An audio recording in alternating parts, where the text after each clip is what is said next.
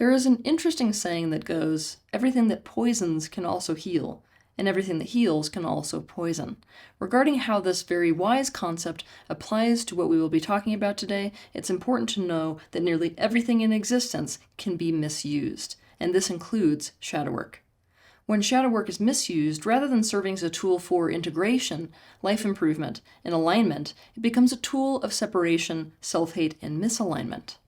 In this video, I'm going to show you the difference between using shadow work for yourself and using shadow work against yourself. Why? So that you will understand why it is so important to do shadow work for yourself rather than against yourself.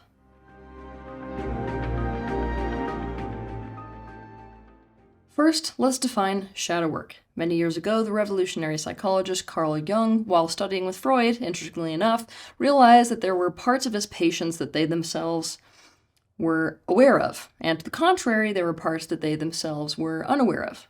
Now, consciousness has long been referred to as light. To become conscious of something is to be able to see it, right? In the same way that we are able to see something that is exposed to light. When something is unconscious, we cannot see it. It's as if we're trying to see it in the dark. And so, Carl Jung began to refer to the unconscious aspects within a person that they themselves are unaware of or could not see as their shadow. And this term caught on. Oh wow, did it ever catch on. Nowadays, what we mean when we say shadow is any aspect of a person that is not exposed to the light of consciousness. It is what they don't know that they don't know. And shadow work is now a term used often in spiritual and psychology circles to describe any process, of which there are thousands, that make the subconscious conscious and work directly with those things you become aware of. If you want to learn more about this, you can watch 3 of my videos. The first titled, What is Shadow Work? The second titled, Shadow Work versus Positive Focus. And the third titled, What are the Benefits of Shadow Work? A very large percentage of the human shadow is made up of what we reject or deny or suppress or disown about ourselves, the aspects of our personality that we have decided are least desirable, most of which we have very little awareness of. Because of this, shadow also became the term that people now use to describe the aspects of a person that are judged as negative. For example, a person may have a real competitive streak. They may have no conscious awareness of how this competitive nature came to be and what the part of them that is competitive thinks and feels and is afraid of and wants and needs. They are likely to refer to their competitive side as their shadow. In an ideal situation, shadow work would be something that a person would do not with the attitude that anything about them is bad and wrong and must be dealt with or changed, but rather with the attitude that the doing of the shadow work is a caring gesture towards the self. For example, doing shadow work against yourself might look like doing shadow work so as to try to eradicate a trait about yourself that you don't like, or doing it because you're so resistant to your own ego that you want to totally disidentify from it, or doing it so that you can convince a part of you that it's bad and wrong and should therefore not be the way it is and change, or doing it because you want to fight an aspect of yourself and win, or doing it to please someone else in your life who disapproves of some aspect of yourself, or doing it because you think that if you don't, you'll never be good enough or enlightened enough, etc. On the other hand, doing shadow work for yourself might look like doing shadow work so as to understand yourself better so that you can make more authentic decisions and take actions that are more in alignment with your best interests. Or, because you intend to have better health, or because you want to feel more internal peace, or because you want to find more effective and beneficial ways to operate in life, or because you want to discover your needs and better meet them, or because you don't want to live in rejection of yourself anymore, or because you want to be more aware, or because you want for all of yourself to move from determinism to conscious choice, or because you want to increase a sense of empowerment for all parts of you, or because you want to re-own the parts of yourself that you denied, suppressed, and disowned, or because you want to help yourself to get unstuck so you aren't suffering anymore, or because you want all of yourself to be aligned when you make a decision or take an action, rather than to continue bulldozing yourself, etc. A great many people use shadow work in a way that is resistant to or against themselves, especially the parts about themselves that they have judged as negative and thus would label as their shadow. So that you understand the difference, I'm going to give you two examples. One is going to be an example of someone who is using shadow work against themselves, and one is going to be an example of someone who is using shadow work for themselves. Nathan has a weed addiction. He doesn't understand what it is that makes him feel like he can only function in life when he smokes daily. He doesn't understand what it is that makes quitting weed so damn hard. Nathan feels a lot of shame about this. He judges himself as weak and undisciplined and pathetic. Everything he does to try to quit smoking weed is done in resistance to himself. This includes shadow work. The reason he is doing shadow work about his weed addiction is that he wants the aspect of him that keeps engaging in the addiction to vanish from his life, or at the very least, to stop. He sees this part of himself as his enemy. He sees shadow work as the way he is going to gain control over this part of himself. He is at war with this aspect of himself. And now shadow work has become his, shall we say, weapon of choice. When he does parts work, he does not go into it with curiosity or caring. He's already decided what the right thing is: to quit weed now. Because of this, he doesn't use parts work to try to understand the aspect of himself that he doesn't understand. Rather, he goes into it looking to debate this aspect of himself into submission. And because of this, he reinforces the internal zero-sum game that is being played. When he does journey work, breath work, he does so with the intention of not being so weak anymore. When he does hypnosis, he does so with this hope that his therapist will simply manipulate his mind so he no longer has the need for weed anymore.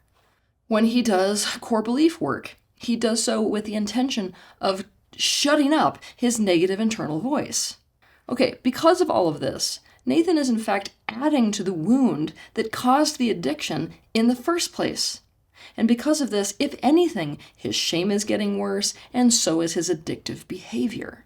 What he has managed to do is to intensify splits within himself, the opposite of integration, because he has managed to inflate the protector part of himself that judges him and punishes him from the inside in the hopes that doing so will cause him to stop doing the things that will get Nathan rejected, and start doing the things that will get him approved of. This part of him is now louder and more abusive than ever. Next example.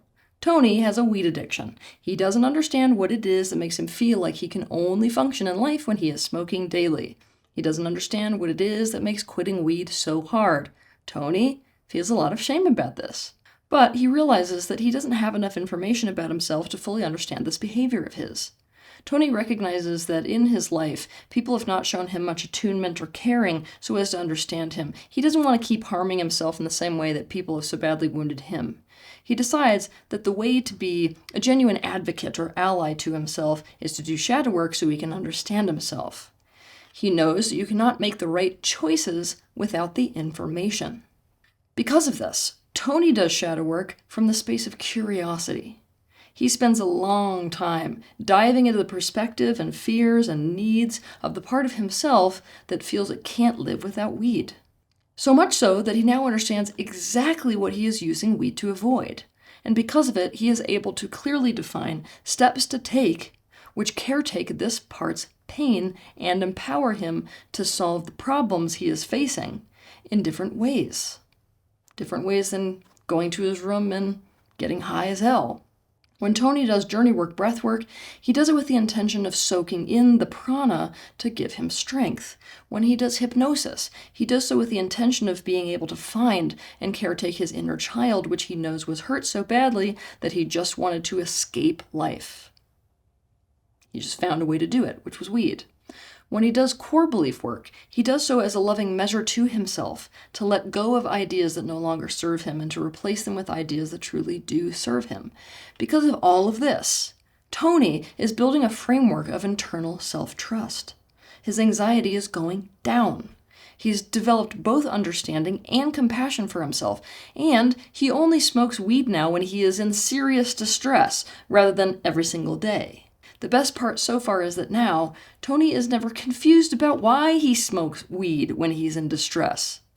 He understands exactly what is going on with him and can take steps to get himself out of distress so that the dependency on the weed is rapidly decreasing. Whenever you are doing shadow work, it is important to become clear about the real, honest why behind doing it. Why? Because the motivation for doing something changes what you do and changes the way you do it. Your feelings don't lie. How do you feel towards whatever you are wanting to do shadow work on? Are you in resistance to it? Have you already decided that it needs to change or go away? If so, you need to do shadow work on your resistance first. You need to become more aware of the part of you that is interested in using shadow work against that aspect of yourself. To learn more about this, you can watch my video titled Parts Work: What is Parts Work and How to Do It.